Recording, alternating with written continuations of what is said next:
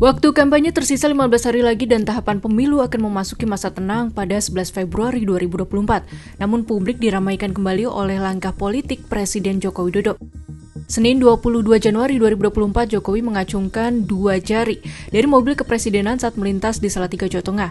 2 hari berselang, Rabu 24 Januari, Presiden Joko Widodo didampingi Prabowo Subianto di Pangkalan TNI AU Halim, Jakarta dengan lugas menyatakan Presiden boleh berkampanye dan memihak di pemilu 2024. Dari rentetan aksi ini, apa dampak besarnya bagi pemilu 2024? Pakar komunikasi politik Gun-Gun Herianto menyebut komunikasi politik Jokowi ini bisa berdampak pada psikopolitis bagi banyak pihak yang seharusnya menjaga netralitas. Jadi begini, memang membaca pesan komunikasi politik itu kan nggak bisa dilepaskan dari konteks ya. Maksud saya ini memang konteks yang sangat riskan bagi Pak Jokowi sebagai presiden loh ya. Rentetan peristiwa politik ya, itu kan sudah tahu publik sebenarnya bandul politik Pak Jokowi kemana gitu. Ya kan?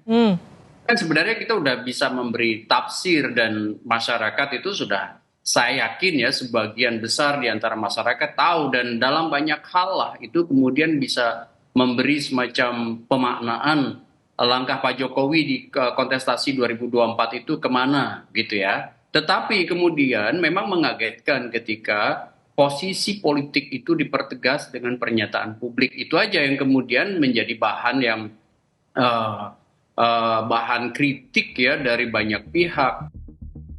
Dampak psikopolitis ini tak main-main jika sikap Jokowi yang demikian diikuti penyalahgunaan kekuasaan oleh para aparatur sipil negara, TNI Polri, hingga ratusan penjabat kepala daerah. Apalagi jika melihat persebaran penjabat kepala daerah hingga November 2023, jumlahnya luar biasa banyak.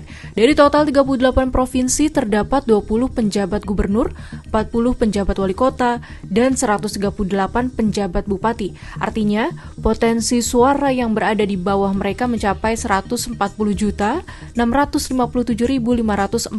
pemilih atau setengah dari jumlah daftar pemilih tetap nasional.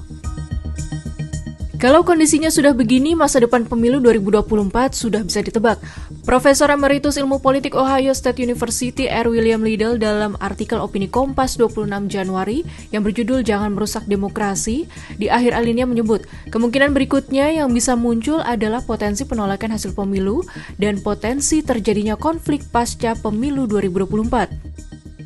Profesor Riset Bidang Sejarah Sosial Politik BRIN Asfi Warman Adam dalam artikel Opini Kompas 27 Oktober 2023 yang berjudul Dinasti Politik dan Kultus Individu membahas soal Jokowi dan kultus individu.